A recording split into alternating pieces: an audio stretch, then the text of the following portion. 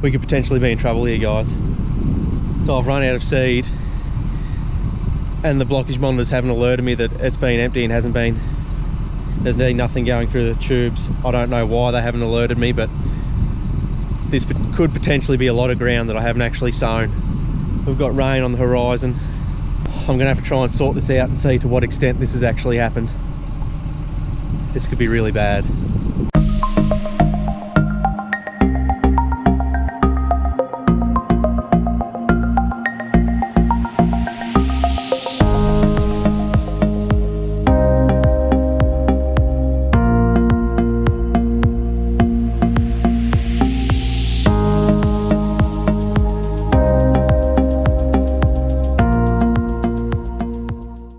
Hello and welcome back, guys. I'm so relieved at the moment. So in my last video we were selling this irrigation block where we have our lateral, and I'm just back down here in the tractor now because, as you would have seen in the start of the video, I thought we had a major disaster and I'd run out of seed and I'd sown a lot of ground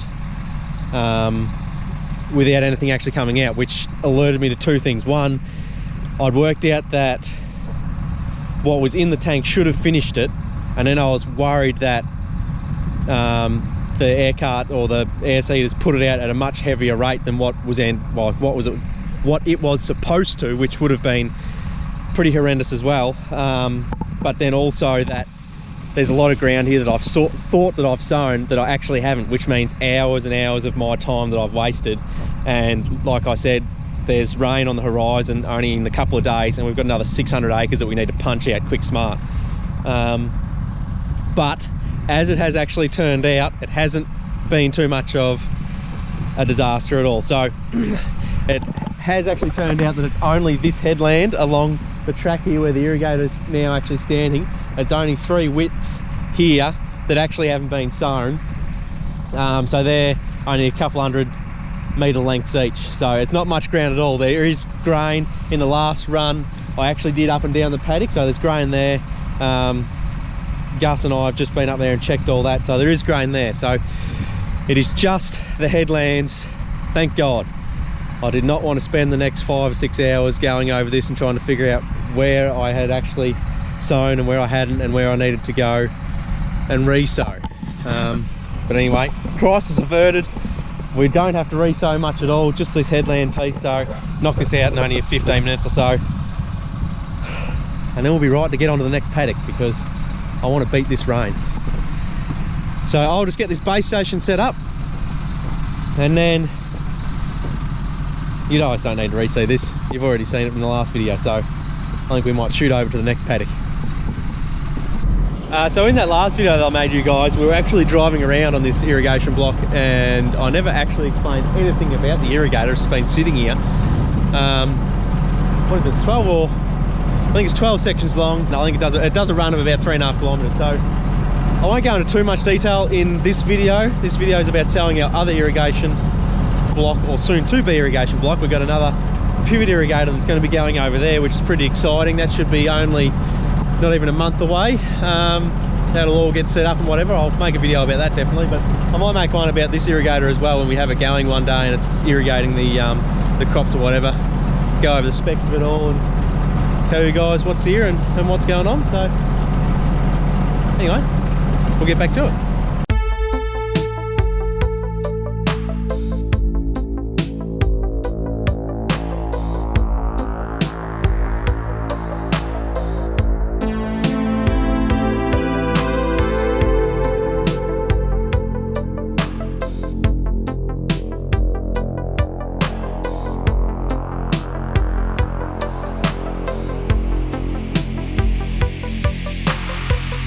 So, just here filling up the seeder with everything, but as I was filling up the liquid, noticed that the agitator had come off the hose there, so don't really know how that's happened, but anyway, it has. So, new hose clamp, just put it back onto the hose, tighten the hose clamp up, and that'll do. We'll have to, after we do this paddock, when the liquid tank's empty, I'll have to probably get in the actual tank and get the hose clamp that's actually come off that. It won't get sucked into the pump. It won't be able to get down through the line, so I'll have to wait until the tank's empty, obviously, to get in there and fish it out, but not getting in there while it's full, that's for sure.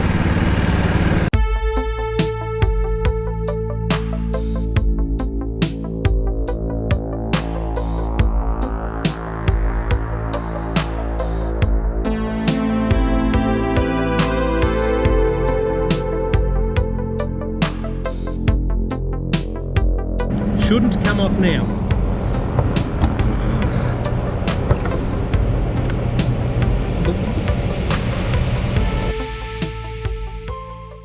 So I've got everything ready. Everything's all filled up, and I've gone over the bar and made sure that all the liquid lines and everything are all unblocked, all the hoses and whatnot. Gus is just out there getting some sprayed. Probably spray it a little bit more just so there's a fair bit to cover in the morning, so I can just get going early, and he's under no stress to get going early as well. He can go and help Adam and the old man do what they're doing. I think they're cleaning up some branches and some sticks, a couple of dead trees and whatever in the paddock. So he can go help them do that while I just get the seeder going early in the morning, and then by the time I get up to where he's sprayed, he'll be able to go back, get the boom spray filled up again, and then get going. So we'll just leave Big Blue parked up for now. Everything's ready to go. As you can probably see behind me, Pallet is producing the goods in another absolute ripper sunset. It's quite impressive out here, some of the sunsets we get. I love it. But I'll just switch this base station off. Everything's off, so see you guys in the morning. Alright, we're back into it again this morning. I've just come back out of the tractor, which is not far from home, so just come down to the tractor to switch it all on, get everything warmed up, let that liquid agitate. Got some fungicide I need to put in it as well. Everything should be right to go over the bar. I went over it last night. I've turned the base station on. Might just give those tractor windows a wipe because they're pretty dirty. But besides that, we're pretty good. We've about 600 acres here in this paddock. There's quite a few wet spots in it though, with all the rain that we've had, sort of low spots where the water actually sits. So I'll have to just watch out for them, because Big Blue will probably be going for a swim if I find myself in one of them. But anyway, I'll keep an eye out for them and we'll just get started.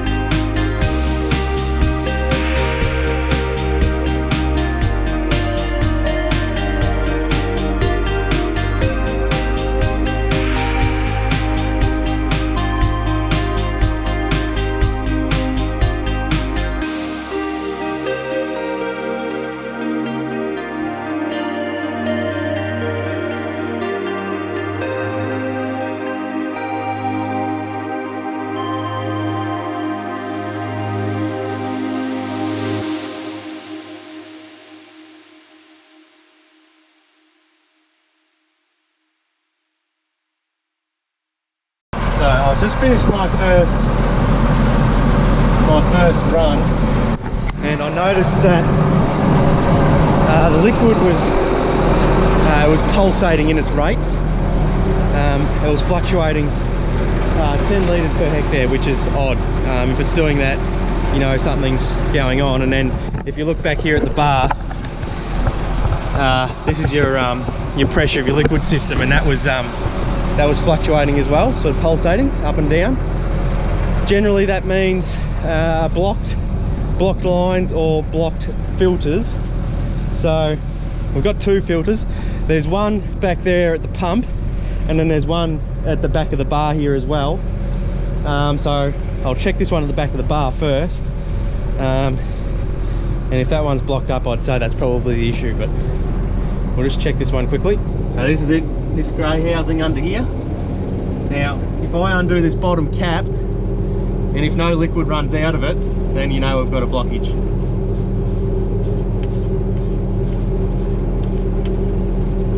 Yep, just like that. So then if we undo the whole thing, I think we'll find that it's blocked. There's not much in the top. So I've got product sitting on top of it, but if we look underneath, yeah,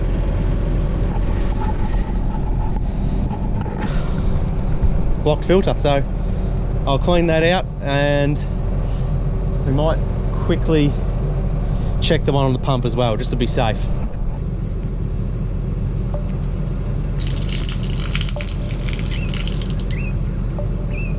Yeah, it's well and truly blocked. I don't know if you guys can sort of see inside that filter, into the bottom of it there.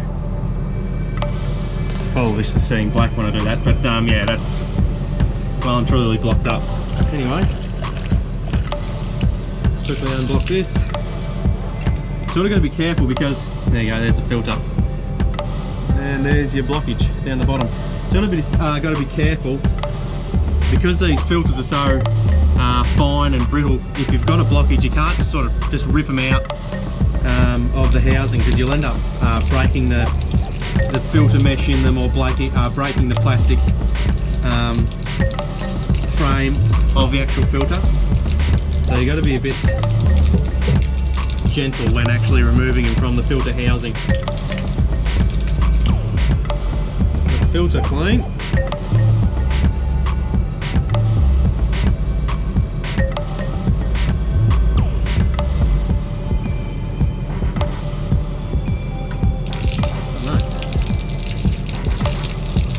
Got the properties of liquid lime, which we used last year, but everything's been cleaned out 100 times since then, so I don't really know how that would have got in there, if that's what it is, but anyway.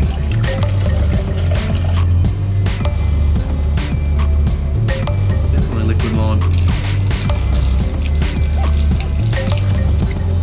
All clean. Put the filter back in the housing, screw that back on the bottom, and then it's right to put back on the back of the bar.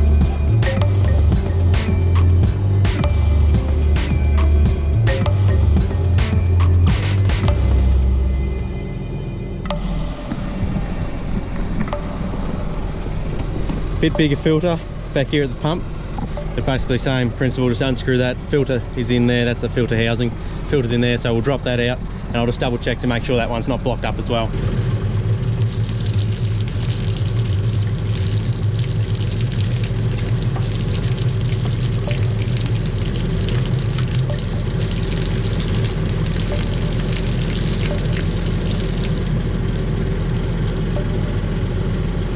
Obviously holds a bit more product in the actual filter than the small one at the back of the bar.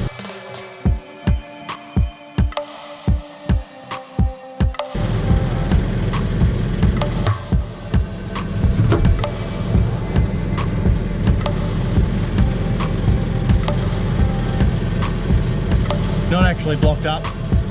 There's a bit of stuff in there, but nothing that would have actually blocked the lines. But I'll give it a rinse out anyway. But yeah, it was definitely that one at the back of the bar that's actually been the issue. So I'll quickly give this a rinse, and then we'll be right to get back into it.